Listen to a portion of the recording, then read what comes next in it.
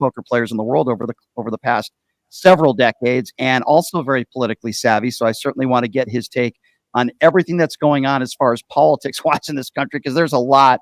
Of course, I'm talking about Real Kid Poker. Always a pleasure having him on and mixing it up with him, Daniel Negreanu. Daniel, good to see you, my friend. It's been a little while. How you doing? Yeah, good to see you too. Before bed last night, just looking over on the X platform, it really did feel like World War III is imminent. So I'm talking about that. My wife is like, but look at the Botox on this one. And I'm like, now? Yeah, but and certainly in Europe, it feels like the world is burning in a lot of ways. Let's talk about that stuff first. Get a couple poker questions maybe a little later on. But let me start with this. I know you're an avid sports fan. You're a big hockey fan. What do you make of the attacks on this female boxer and the far right calling her a man, including Donald Trump over the weekend? What do you make of this story? Well, I think a lot of people haven't really delved into it like as much as you need to. And because here, what's most likely based on what I've read is simply this. It's an intersex person who has undeveloped testes, right? Which produce male testosterone, XY chromosomes. So based on that, the IBA banned her. She should be banned. She can still be the category, you can still be a female and live as a female.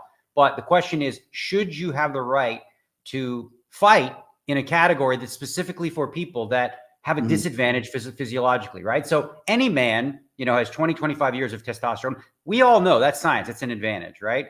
So the evidence shows that she definitely does have that. It's obviously not a transgender person, which I saw floating around, which is obviously just to stoke the flames. But I think what's really important in this sort of thing is to actually be able to have nuanced conversation where you don't have the far left and the far right yelling, you're Nazis and you're transphobes. No, how about this is complex, right? So let's talk about it, and let's talk about it in a fair and, in a fair and honest way. I think that's fair. I just don't trust the IBA, and I don't trust any organization from the Kremlin, especially an organization that's under suspension. With that said, we know that she's a born woman. She's 10-6. It's not like she's dominating the sport. But what does that mean, born woman, right? Because first of all, we don't even know what that word means anymore, right? So when you think really, because you can be born so what happens? And I know, because I know someone who's had this happen. They're intersex. They're born. If you're a hermaphrodite, for example, the doctor makes a decision in that moment, right? Based on limited information, because both, there are both options available to you. So whatever choice is made there, is what's made, but it doesn't necessarily mean past puberty. Because I think once you see puberty happen, that's when you know whether or not this was a biological. Well, from the basics, I would say you have a vagina, you're capable of having a child. That's really where I would start the conversation. Yeah, but I'm not sure that. See, again, one of the things is there's not a lot of transparency. We don't know the depths of her genitalia, which is kind of an uncomfortable thing to talk about, right? Which is why some of this stuff should happen behind the scenes, because we don't know if she has a uterus, we don't know if she has ovaries, we don't know exactly what sort of testosterone her testes are producing. But we do know this, you can obviously see just based on physique. It is the physique of, what looks like a biological male who has XY chromosome. Yeah, I mean, based on the human eye, I agree with you. But, even the female boxer that she beat badly the other day is now defending her and apologizing. You have a former world champion female boxers that are defending her. I just don't like the attacks of calling her a man. I think that's wrong. I think if you don't defend her, you get blacklisted, right? So I don't know if I take them as genuine. Here's the thing, because it's happened too, right? Where someone said on Instagram, I lost, and then she was pulled and, shut down, which is, again, part of what I was talking about in the beginning is we should be able to have these nuanced conversations without saying you're a transphobe, you're anti-this. It's like, I agree. But when you have the former president of the United States over the weekend calling her a him and those types of attacks, I think it's wrong. And that doesn't help the conversation at all. I think you would probably agree with me. I would say on the list of things that are right or wrong that, politicians like him do, it is ranked like 3,417th. It is so inconsequential. I mean, it's obviously designed to stoke the culture wars, which frankly, in a lot of ways, the right was winning, right? When you have Kamala, she went into a town hall and she introduced herself, not just as she, her, but she, her, hers. Okay. So do we need the third one? Because I mean, after she, her, is there a third option that I don't know about that you could be? Is it she, her, Buick? I don't know. It just seems extreme in that regard too. So I think in a lot of ways, the right uses these culture wars because many people find a lot of what sort of happened in the last couple of years is kind of bonkers. I understand where you're coming from there, but what do you make of Donald Trump and the far right questioning her blackness? That's another thing that's been bothering me. surprising, right? It really isn't. Like what he did that with Obama, first of all, with the birth certificate thing, with her blackness, because they go back and they look at some videos where she identified as Indian. And she says, yes, I'm Indian. And then you see her Indian heritage. And now, like, when it's convenient, I'm black. And then they play a clip of her in Atlanta, which is something Hillary did and others did, where all of a sudden you have a Southern accent, like 4 more years, it's like, so that's what they do. This is just politics. I actually think it's a losing strategy for Trump. Agree. Because attacking gender and race in this race, I don't think that helps him at all. Like, I think going down the road, I think they'll be better suited focusing on her record as a prosecutor, right? I think for her to lose her grip on that base, for a lot of them to see what she did when she was a prosecutor. And I think they'll get to that. So I feel like right now there's the honeymoon phase, and you look at the betting odds and it's right around 50-50. Kamala just slightly pulled ahead. Yep.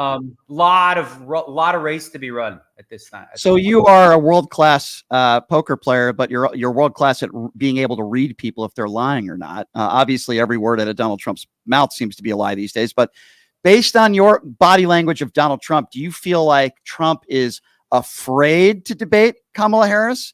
Do you think he wants no piece of her? What is your read, for lack of a better term, on when Donald Trump talks about a possible debate? Well, I'm quite confident in this, and there's track record and precedent for this. If you look at every past debates that he was talking about, he likes to have complete control. He likes things to be his way. It's all a negotiation, right? He comes from the business world. So this is a negotiation for him. He's toying with her. He's 100% going to debate her, and I think he wants to. Think about this guy. Nothing more does he love than being center stage with the whole world watching. Right? He obviously genuinely believes he's going to win in a debate. It's all about posturing. It's all about trying to get it's like a negotiation. If you were me on the golf course and you say, I need 3 shots. I'm like, no, I'll give you 2. Oh, then you get a tee spot and this. So this is what he's doing. He's just doing his negotiations. I don't think he's afraid to debate her, but I do think that his team is going to have to be very careful about how and which ways he attacks her, because like this feels like he's his eyes off the ball when he just focuses on whether she's Indian or black and all that. But Daniel, I don't think his VP pick, JD Vance, has helped him at all. In fact, I think it's actually hurt him with the weird comments he's made over the years about cat lady women. And then he doubled down on that. And then comments about, I don't think you have kids, Daniel, right? I mean, he's attacking people like us for not having kids. We should be taxed more. I mean, you talk about disenfranchising voters, or at least maybe that's the wrong word, but I don't understand why he picked JD Vance. And I think it was a bad pick. And I don't think he's helping the campaign at all. I don't know what your thoughts are on JD Vance. Well, I actually tweeted out that question because I'm like, it seems like a very bad pick on the surface. Like, what is your base that you're trying to reach? Generally speaking, with a VP pick, you're trying to expand your race. So, a couple of people commented because I was genuinely curious, and it makes a lot of sense. Peter Thiel, money. He was basically, it's financially driven. I think, backing the campaign, supporting the campaign. He was sort of handed JD Vance, but he hasn't done himself any favors. I think for a lot of people too, they look at Trump as, he's old, right? So they're like, well, who would be next? So having a white male who is like a Trump light in some ways and a Trump extra in other ways, kind of is what they were thinking along those lines with him. But yeah, he's certainly struggled out of the gates. But here's the thing too, a lot of what he says, which is crazy, right? But again, the media does this thing when they do it all the time, where they just take snippets. Like it happened the other day with Kamala. Okay, perfect example. She was talking about inflation. They clipped a 40-second clip of her sounding like a complete idiot for 40 seconds, but they cut the rest, which actually laid out a plan, right? And this happens both ways. So I'm always very quick to be careful of any sort of clips I see of him saying something. Okay, well, I need to see the whole clip, and I want to get. But he doubled down. But here's the thing, right? I hear with what you're saying, and I don't necessarily disagree with you. But he's had an opportunity to clean up some of the idiocy in the past, and he's doubled down on it, Daniel. He's doubled down on the stupidity. That's what he believes. So then that's what if he's going to double down after all that, then you just know that at the core, he believes. And so if you look at the comment just offhand, you're like, all right, so theoretically, does it make a little more sense? Okay, I got kids, you don't. I care a little bit more about what the world looks like for my kids versus I'm 70, I'm going to die anyway. Who cares, right? So, you could suggest that there's some truth in that, but to say it in the way which he did and attack and, essentially mock people for not having children, that's where he just loses the plot. Because again, you can make that argument. Well, I have incentive here because my children are at stake. You don't, right? You could make that argument in a much more palatable way than he did. Of course. He really shit the bed on that. Yeah. So Daniel, if the election was tomorrow, you're a betting man. If you had to bet, And I know it's so early, and I know there's still 3 months, and I know Kamala Harris hasn't even picked her VP running mate yet, which I think she will do today. If you had to bet, if the elections were tomorrow, who would you bet on, and who do you think is going to win in November? Okay, so it's important for me to say this because this isn't an endorsement at all. This is just simply like based on who I think is going to win. I think Donald Trump is going to win. Really? Yes, I do, very strongly, actually. I do think he's Wow. going to win. I think obviously what's happening with the economy now, with the crypto crashes and, the global economic collapse, I think a lot of people have this bizarre idea that Trump can fix it, And I think for most people, you talk about the myriad of issues that people face, whether it's abortion and all these things. The primary one is economy, right? How much is gas? How much is food? And when people look at when they look at inflation, they have a lack of understanding of whose fault it is. So it's easy to blame the Biden, Kamala Harris, administration. So because of that, I think people are going to look at that and think, well, hell, because, short-term memories, like they don't remember we were in a COVID lockdown under Trump, but like they're going to think everything was great under him. And I think a lot of people, and also I think he's winning over a lot of people in the crypto industry and the markets and things like that. A lot of moderates seem to be flipping that way. I don't think a lot of people are flipping from Trump to Kamala, but I do see some flipping the other way. Okay. Hear me out on this. Tell me where you disagree with me. I think a lot of moderates and independents will not be voting for Donald Trump. I think they're sick of him. I think certainly Kamala is going to get the minority vote. She's going to get the female vote. I'm not sure Donald Trump has won over a lot of independents in the last 4 years. And I don't think there's a lot of people that voted for Biden in 2020 that are going to be voting for Donald Trump in 2024. You might be right. I'm just not sure there's enough. Here's a guy who lost the popular vote to Hillary in 2016. Yeah, you look at the candidate they're up against, right? So we have to be fair here. The Democrats, what they did is completely anti-democratic. We're saying we have to save democracy by doing something completely undemocratic. Kamala never won a primary, never won a single delegate. All the other candidates from, Tulsi and Bernie and RFK and Dean Phillips were squashed. They changed rules mid-campaign, right? So there's a whole bunch of reasons why she would never have been the preferred candidate if there wasn't 240 million locked up in that campaign. That only doesn't it matter? But doesn't it matter? What matters most with her is that her voting record, right? When you look at the Gov track, and she was considered. So for moderates, they're going to look at she was one of the most liberal senators, in Congress, and moderates typically don't like that. So that's where I don't think you're going to have any sort of wins in that group. I think you're going to have more losses than so that. I agree with you that typically moderates don't like that, but I think most moderates in this country don't like more is a liable sexual abuser who's a 34 count felon who attacks women and POWs. And so I'm with you. A lot of moderates don't like someone who's far to the left, but I would like to think that there are more people in this country that dislike Donald Trump's behavior more, but I guess she's going to win the popular vote. There's no question of that. Like Democrats win the popular vote, but because of the Electoral College, so she wins California, she wins New York. Who cares? Right. Now, how's she going to do in Wisconsin and Ohio and Pennsylvania and Florida and all these other swing states? Because that's what's sick about this country is it really only matters in 5 states. They decide the entire. Which I hate, by the way. Which is kind of exactly the opposite of what the Electoral College was initially for. It was to protect and give rights to everybody in the country. But now, if you live in California, your vote is completely meaningless. It means nothing. There's no point showing Republicans would almost never win elections if not for the Electoral College. I'm with you on that 100%. I don't understand it. Shouldn't matter whether you live in California or Massachusetts or New York or wherever. One vote should matter the same for me as it does for you, no matter where you live. I've always been against the electoral college and what that stands for. With that being said, switching topics, maybe something a little more lighthearted. Have you been watching the Olympics at all? What's your favorite sport to watch, and what have you enjoyed? Well, I have been watching, and I put a clip on here because this gentleman was most certainly a biological male, the French pole vaulter, who literally lost because he has a rather large genital area. I saw that video. Yeah, and then you had another amazing moment with the sprint where there was, you look at the guy the fastest man in the world versus fourth, and you can barely, it's like half of a millisecond. So just like crazy, really right? Cool. Yeah, really cool to see that. And I'm a Canadian, so seeing like the Team Canada in basketball do as well as they have, I know, Shai Gilgeous-Alexander. I've known his father since the first grade, so it's kind of fun to watch, them play, and it'll be interesting to see if they can, get to the finals against the U.S. and who knows, maybe pull it off. I thought it was kind of interesting and funny and actually great for this country, right? That the American female table tennis team defeats China Yeah. And then I look at the picture of the United States Yeah. table tennis team, and they look like they're from China. Yeah. And I don't think that's a racist thing to say. I'm just looking at the picture, and I'm like, okay, well, that's cool. That's great.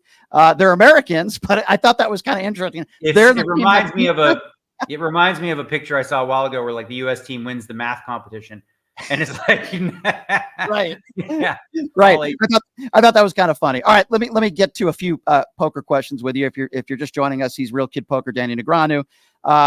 Daniel, congratulations, if I haven't already told you, on your 7th World Series of Poker bracelet. Long time coming. You've put a lot of work into this. That must have felt really good to get that 7th bracelet. Well, you know, it really did, because it was a long drought for me, but it was really important for I'm really happy that it happened outside of the main event. For any mixed game player who plays more than one game, it is Yeah. the most prestigious event by far. It is a grueling 5 days, 12-hour days where you have to put it all on the line. I have my Apple Watch in my app, and it's amazing. Like, my stress levels, the last 2 days were crazy. Then it gives, you chest your recovery. My recovery was 0 the next day, which meant I gave it everything that I had, and I was super proud of that achievement for sure. Isn't it crazy in the game of poker? We talk about this all the time, where you can play great poker. It's never a guarantee you're gonna make it, even in the money in any given tournament. But here you're obviously playing very well, but yet you still have to hit one outer, and the cards have to cooperate. And if you don't hit that one outer, who knows? You're sitting here with 6 bracelets. The game of poker is very strange like that, isn't it? And to win these tournaments, you don't always have to run great, but you certainly have to run good, and you can't constantly get unlucky. Yeah, there's always ways you can play the what if game, right? Well, what if I would have lost then? Well, what if I would have won the other one? What if I would have lost this one, right? Well, people say, well, you wouldn't have won money if you didn't win that tournament. I'm like, okay, well, so you're only counting the ones that I didn't win? You know what I mean? But you're right. It's ridiculous. Obviously, especially at the highest levels, the separation between the best players is very finite. It's a very small edge, which means it increases the variance even more, where you can go through long stretches where you're going to have to get lucky to win a tournament, no matter who you are. It has luck involved, which also tests your resilience.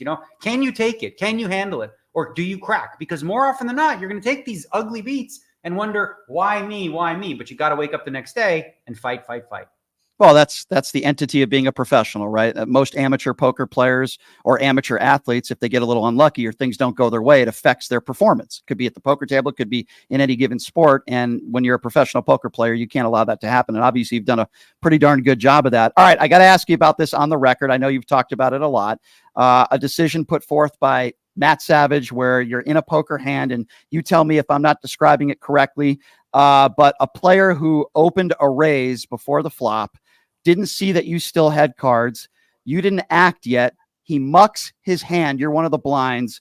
And while you're able to take the pot, you're not able to take the money that he raised with, and he gets that money back, which I think is absurd and ridiculous, because you should have the option of re-raising. And if you say you had pocket aces or kings or whatever, if you raise, if he folds, you should be able to keep that money. I just thought it was a completely unfair decision by Matt Savage with the World Series of Poker. What would you like to say about that publicly here? Okay, well, yeah, it wasn't his ruling. He's not affiliated with the World Series of Poker. But I do think that it makes sense somewhat to have slightly different rules for like $20 tournaments with Aunt Betty and $100,000 buy-in with the highest killers of killers, the most professional. In this hand you're describing, I was up against the Russian pro who's won tens of millions of dollars playing online. He doesn't need anyone to hold his hand, okay?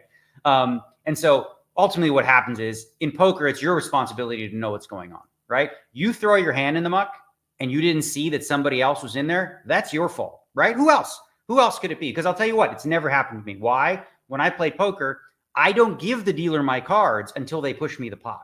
So it could never happen, right? So there's some level of personal responsibility. What happens here that I don't think he really fully realizes or understands is it opens you up for an angle. You're essentially saying, oh, he gets to raise this, but if he notices that I'm going to call, he can throw his hand in the muck and get his money back.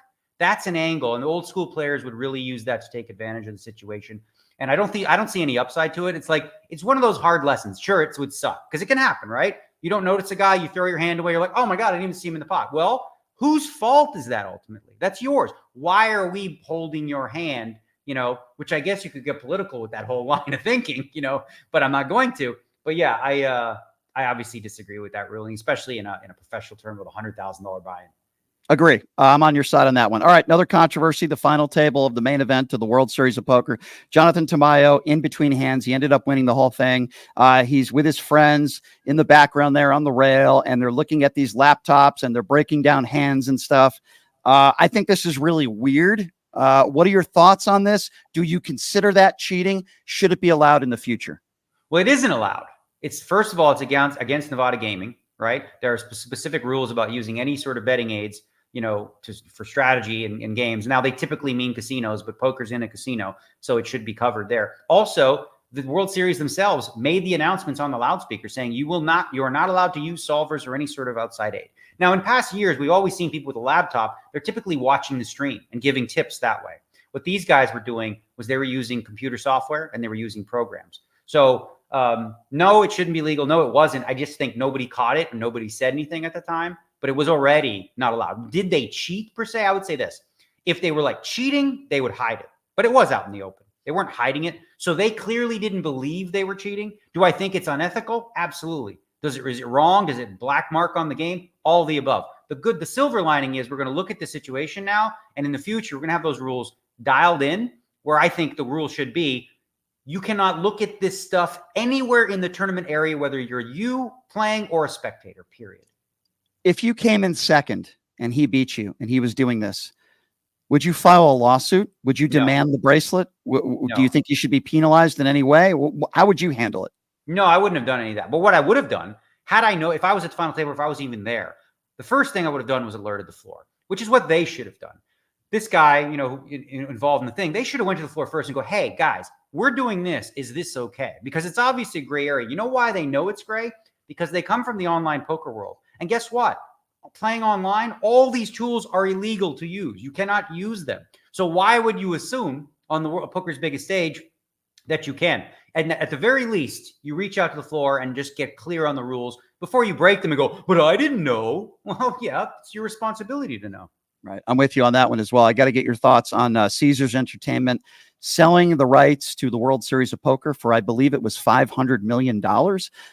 When you first heard the story, what went through your mind? What are your thoughts on this? Well, I didn't just hear the story. I've known about this for years. I'm involved. The parent company is NSUS, which is GG Poker, which I've been affiliated with, for the last few years, and they've been crushing it. We've had a partnership with them. This deal has sort of been in the works for quite a while, and I was super excited. I'm super stoked. I think the growth of poker, the potential, the opportunities are just opened up now. Like there's no longer, because here's the thing, when you run when you are Caesars, there's a lot of red tape in terms of like doing things globally, internationally, all this sort of stuff. So having a partner like GG, there's a lot more we can do. I think we'll grow the game. I think we'll see more mainstream stuff in terms of maybe even the broadcasts, instead of being behind a paywall, who knows? But overall, like the tech, I think the player experience is going to be improved. And I also think that from the tech side, I think like if you went to Bahamas last year, which is happening again this year, if you want to come, I'm going in January. I'd like to.